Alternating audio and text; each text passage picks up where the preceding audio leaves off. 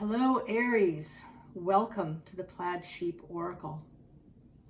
I have been looking forward to this reading for the last several weeks,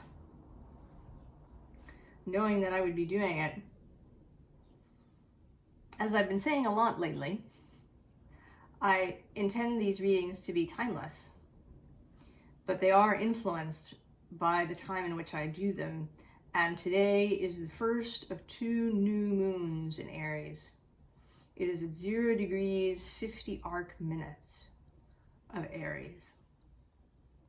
And it is happening just a few days after Mars, who has spent 7 months-ish in Gemini, is moving out of his shadow, right? The shadow is the space where a retrograde planet travels back and forth. And he has now left that space. So he's moving in new territory. And he is the dispositor, some say the ruler of Aries. So this new moon, right, is going to be flavored by that Mars in Gemini energy. And it is, right, the first of 2 new moons happening in Aries.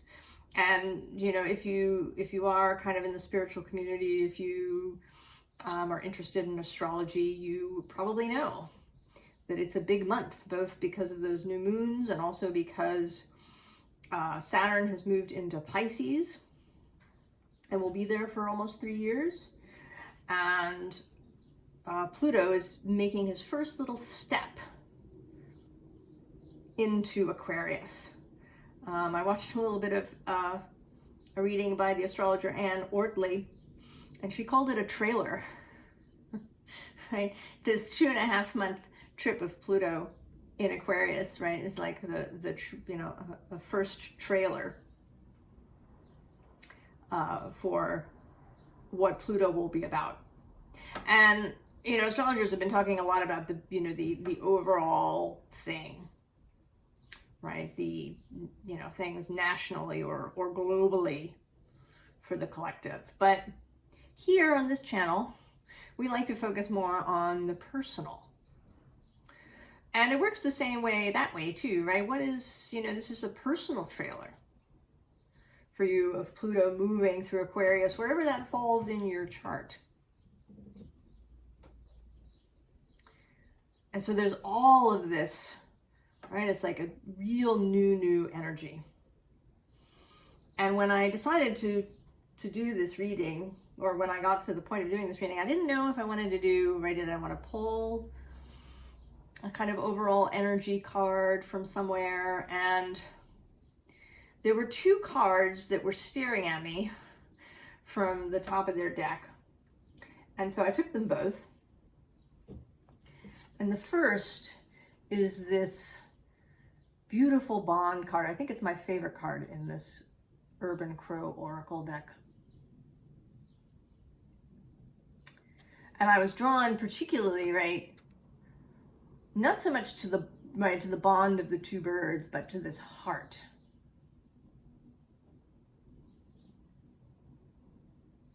Traditionally, Leo is sort of associated, right, with the heart, but I think all the fire signs are, right, to this space of life,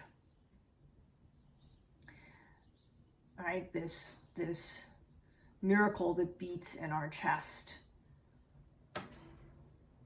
right, the center of us, right, this is, right, where our personal grail lives.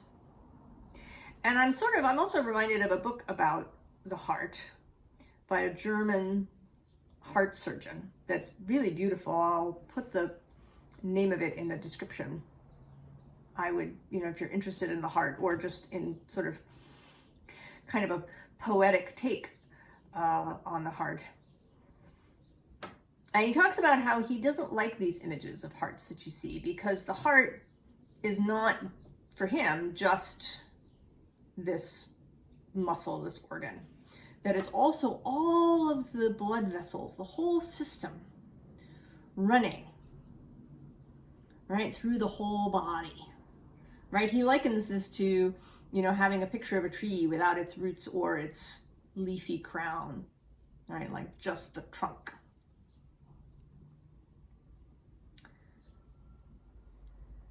And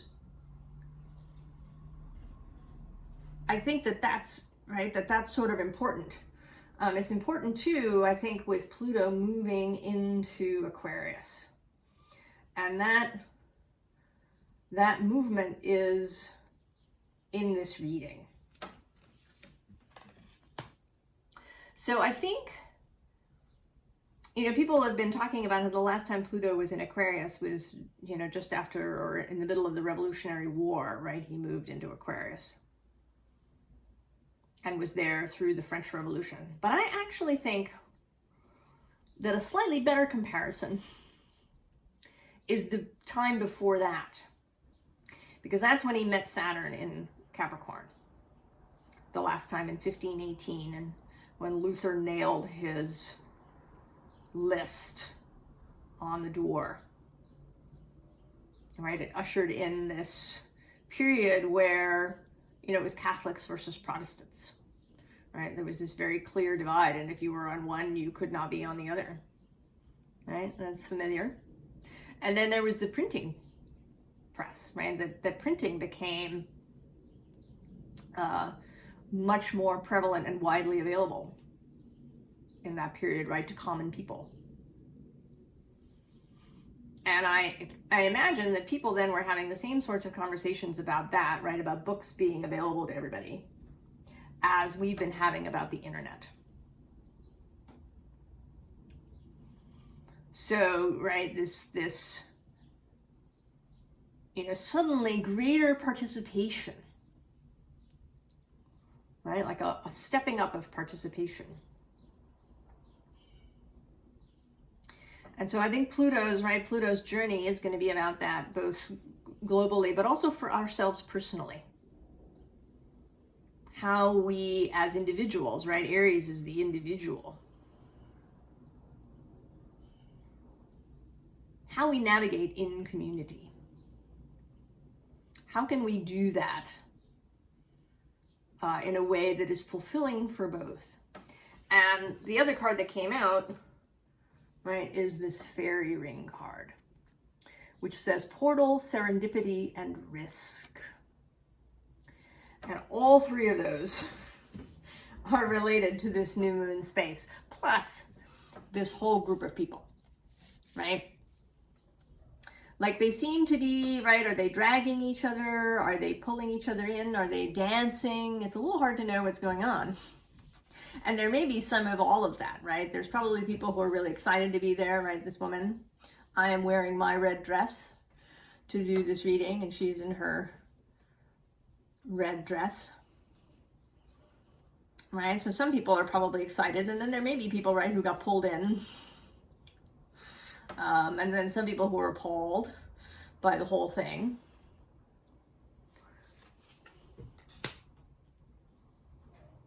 So I really didn't know what to expect from this reading. And it is very interesting, and it is related to the reading I did for myself personally, which makes sense. I have an Aries sun close to the midheaven. So the first card is resilience. This Nine of Wands. And this isn't, right, often the Nine of Wands looks just exhausted. Right, he's leaning on his wand with a bandaged head. This is more about, right, knowing how to not get to that point. Right, to take care of yourself, to cultivate resilience going forward. And under that is judgment, which today, for me, is all about this, right, this reflection, knowing yourself. Like really knowing yourself.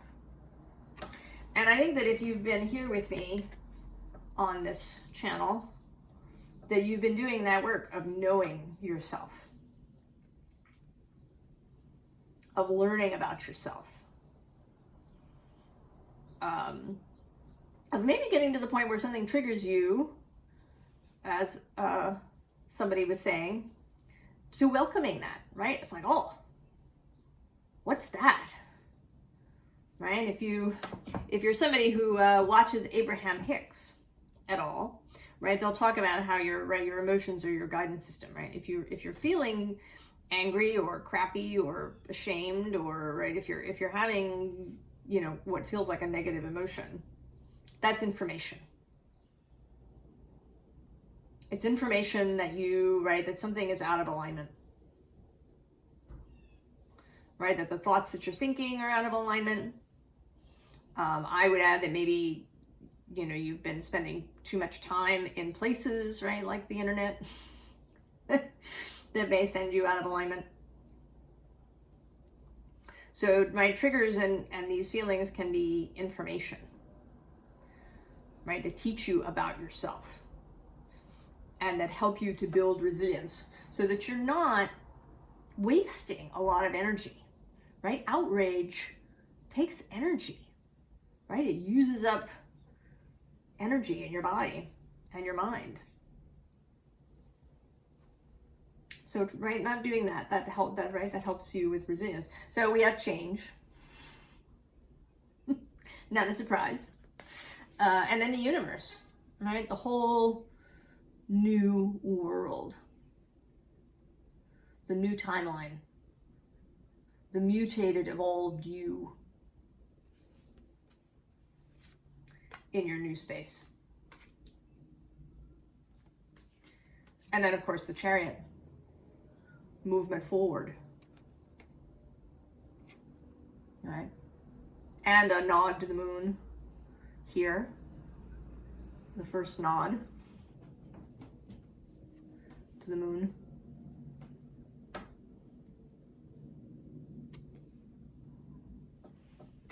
Movement forward, and then the High Priestess,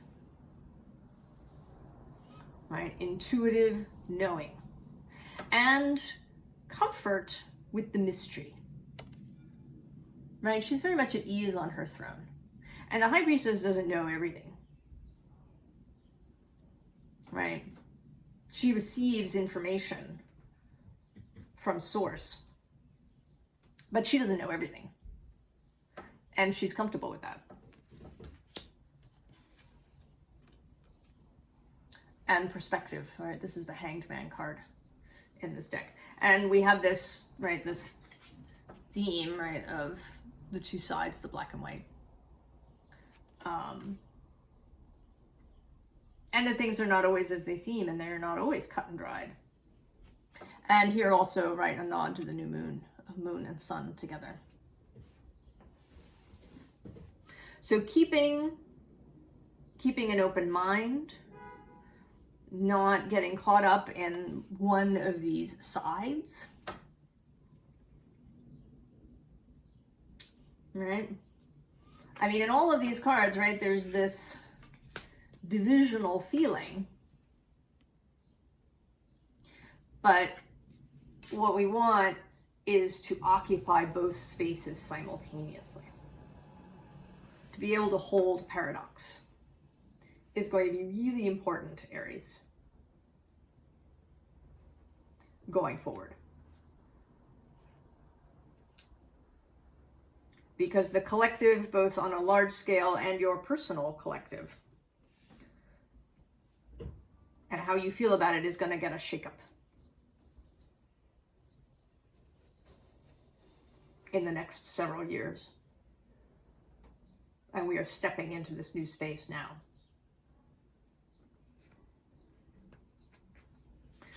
So we have this 3 of air, and this is to say to me today that it's not that we're never going to encounter grief again, but now we're going to be moving from a new space and a new perspective so that we don't, right, get all kind of spun out into our own space and unable to see right, the support that is available to us. We're not going to fall into that mental trap.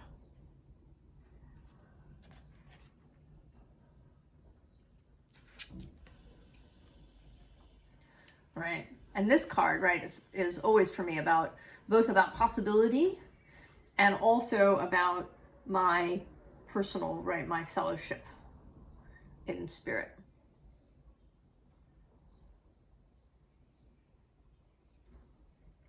That this is accessible to us. But what's required a little bit, right, is to know that we are emotionally capable and sovereign. That we have the skills, the experience, the capability to maintain that emotional balance, to be resilient.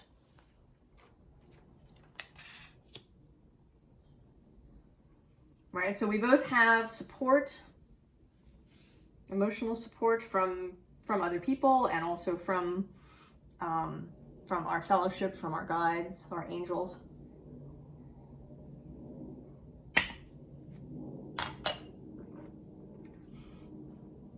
But that we also have it internally. Right, we've been cultivating all of this time, right? All the experience that you've had in your life, everything that you lived, all those really annoying things that happened to you.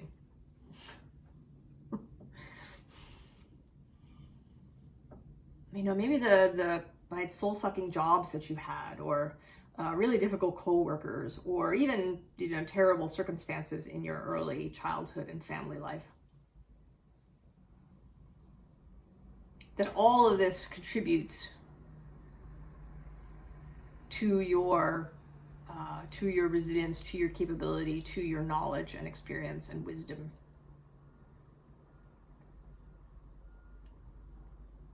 That nothing is wasted, right? Your heart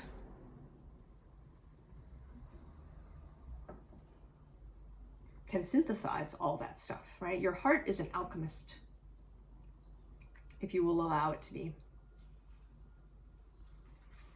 So we get both this 6 of air and then this 10 of fire, which to me both speak of kind of rapid movement and change. Now you may literally be going somewhere at some point in the relatively near future, right? As if we should say this year. You may actually be moving.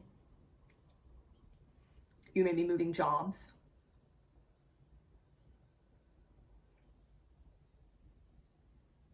And you may, I think, be stepping out. Because I think this is the call a little bit of the fairy ring, as well as the bond card, is to Aries, to leadership. And not, you know, you're not leading people necessarily, but although you could be, as a, you know, CEO or a you know, or even a spiritual leader might lead people. It's more like you're leading people out of the mire, out of the swamp that they've got themselves in. Right? You're going to lead this group of people. Right? You won't, right? You're not going to be one of the people, right, that's just sort of carried along. All right? If there's part of the line that's being just carried along, you're going to, you know, leave that part of the line. And you're not going to drag anybody kicking and screaming. Right? These are all your people here gathered around you. Like-minded people who are ready to leave the swamp. And you're going to lead them out. And I know personally that's kind of a scary idea, right? There's a responsibility there.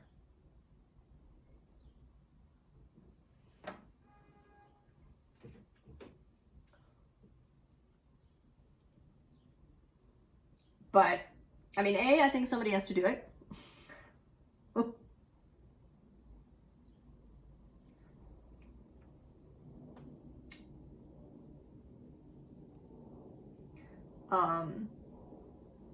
But I think that actually, that you're going to come to enjoy it. I think if you're here on this channel, you may be somebody who has avoided perhaps getting involved, right? You've been watching things go south over the last bunch of years. The conversation become more vitriolic and difficult. And you may have already had this kind of duality thinking kind of going for you. The ability to see both sides of something, or, you know, the 5 sides of something.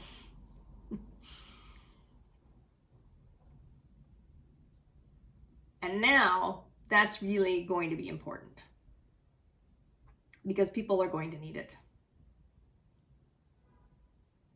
And you will be there as an example. So we have communication here.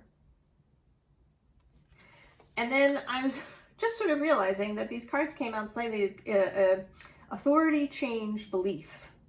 But they are 10, 12, 11. And I'm going to go ahead and swap that so that it's 10, 11, 12. So authority. The frequency of authority reminds us that true authority is powerful, directed, and realized, yet receptive, wise, and loving. You're going to be the authority, Aries. Then belief. The frequency of belief supports our sense of self-worth based on our gifts and talents and a strong connection to source.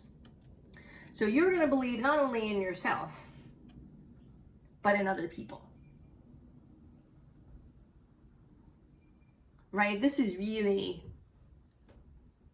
right, leading, right? If we're leading people out of the swamp, we need to believe that they can do it.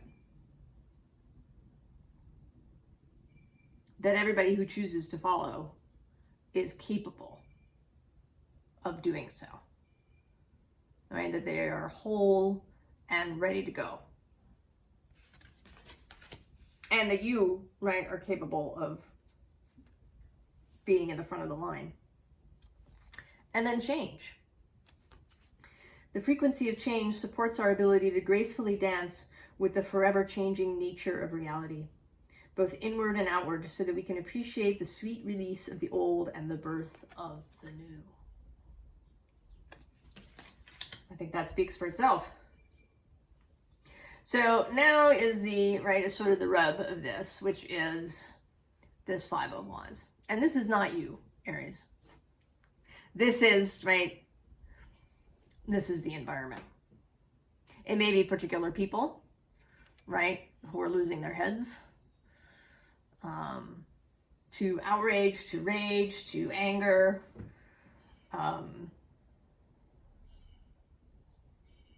Right? You know, if when we were little kids, we didn't really learn to regulate ourselves, right? If we just learned to suppress what we felt, then, you know, at some point, right, we have tantrums because we simply can't, right? The body can't contain it anymore. And this, right, fire bursts out and our face falls off. Right, so this, right, this is going to exist for all of us.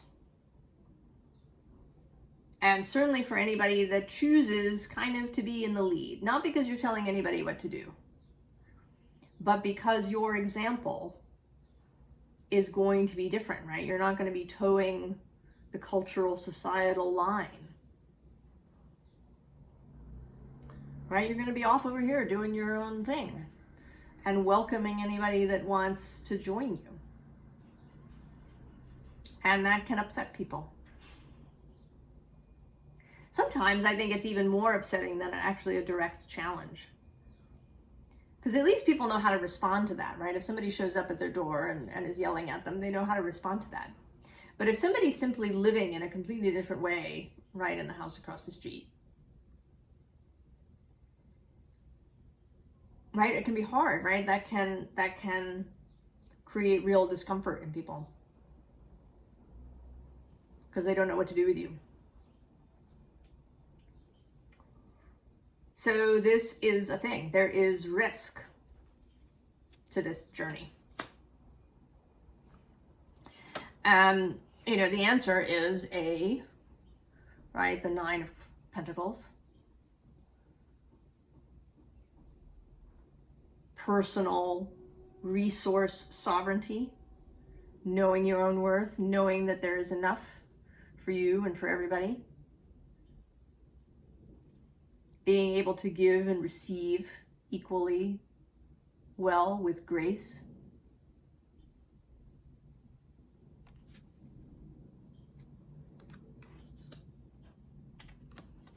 And then this Page of Wands, right? The youthful excitement and ingenuity, right? I think the Page of Wands is an ingenious energy. Right? Coming up with new, interesting solutions. Beginner's mind. Beginner's passion. You know, seeing the world as draped in marigolds, as Carrie Newcomer sings.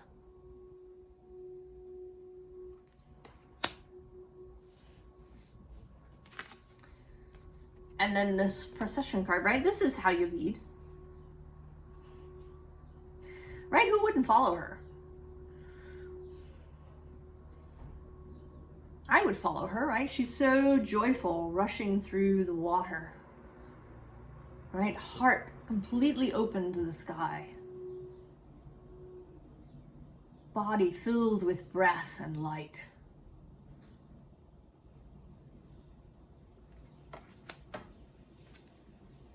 And then, of course, we knew it would show up, the Ace of Cups.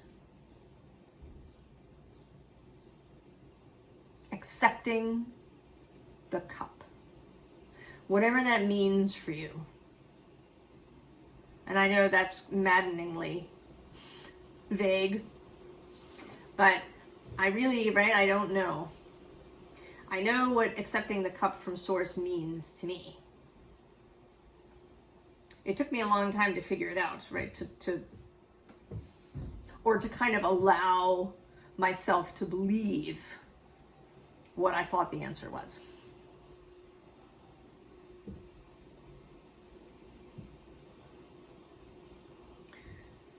You know, it may be allowing yourself to love people openly, regardless of, you know, who they are or what they've done or how they behave.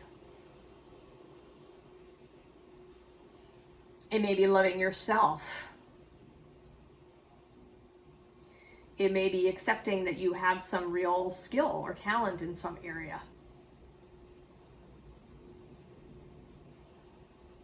And that you should use it.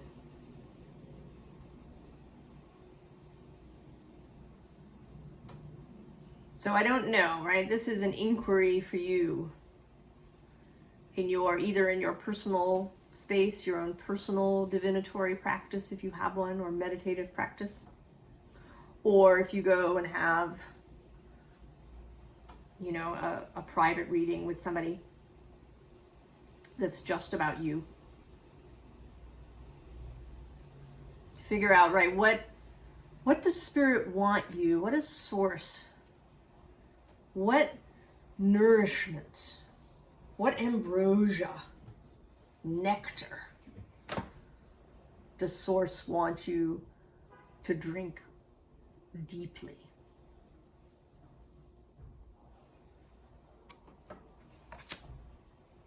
And at the bottom of the deck, I don't always show it, but here is this invocation. One of my favorite cards in this deck, right there she is. there we are in our red dress, right? In our red dress. Dancing through life, dancing your life into being.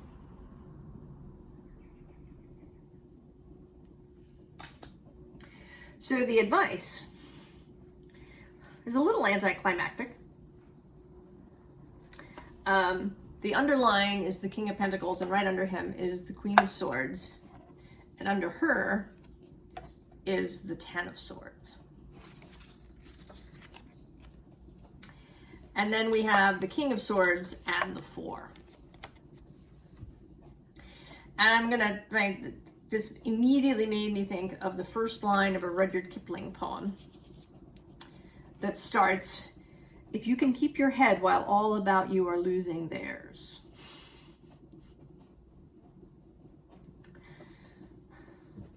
I'll link the poem too. It's longish. It's a father's advice to his son by Rudyard Kipling, and it actually has a number of sage bits of advice for our current age. But if you can keep your head when all about you are losing theirs. Right? Clarity, clarity, clarity, discernment,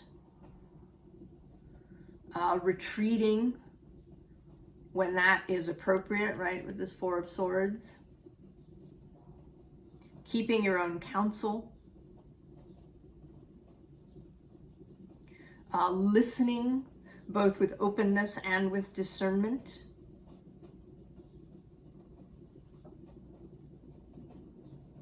And knowing, right, having your own, right, personal stability that isn't dependent on outer circumstances.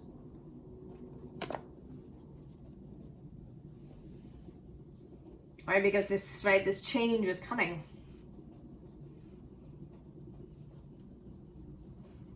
And it may not be, right, it might not be sudden. Right, there may, you know, it may be a ramping up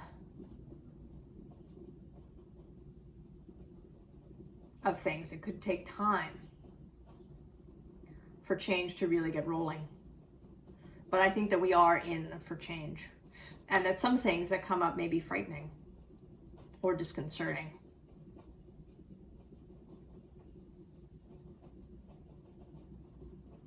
So, Aries, you are so ready. Right? You are this high priestess. This Nine of Pentacles, this Page of Wands, this King of Swords.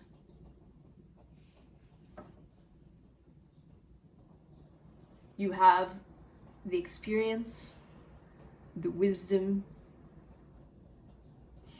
the humor, if you're here, probably.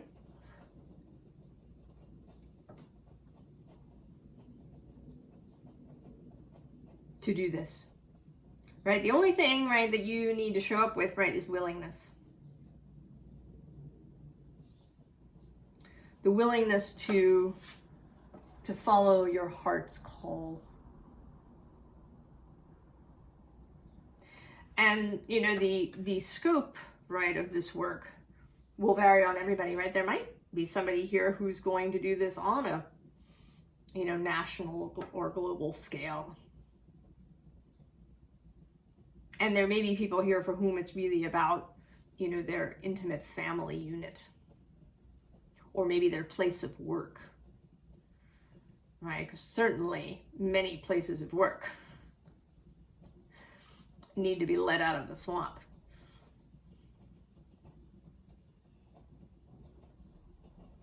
So however this is playing out for you, right, you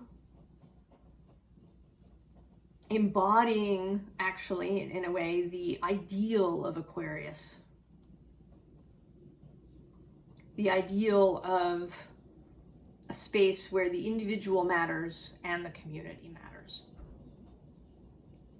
We have, examples in our world of societies that lean heavily on one side or the other, right? In the US is kind of an example of uber individuality. And then nations like China or Japan or Korea are more, right, community-based.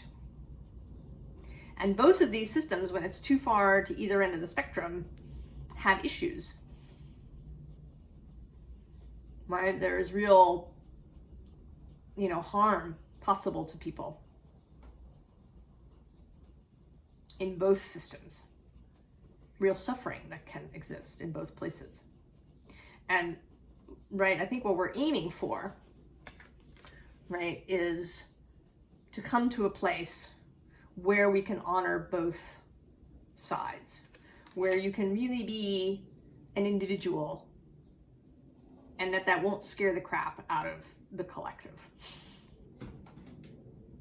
right? That there's a way to agree on things like, it's not right to, murder people or steal from people, or, right? But that if I want to live, in an intentional community, or I want to have polyamorous relationships, or I want to live like a hermit off the grid, or I really enjoy, my little nuclear family, or I enjoy living alone, right, in a glass high-rise in an urban setting.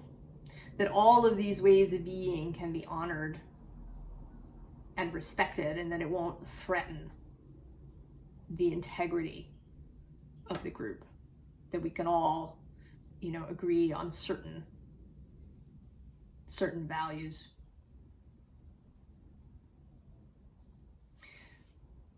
So I wish you all of the very best, Aries. And, Godspeed and good luck, bon chance, as you head out into this new world that you are creating. Never forget that.